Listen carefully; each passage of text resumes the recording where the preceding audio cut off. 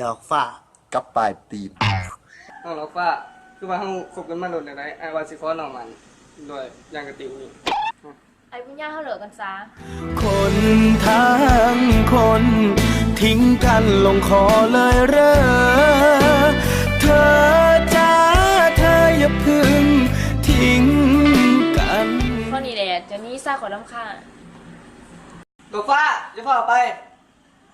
ทดได้บ่ทดเวลาอีกแน่ได้บ่ถือว่าเอ้ยขอ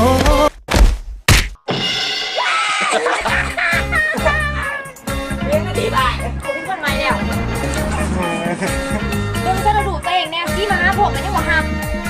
นี่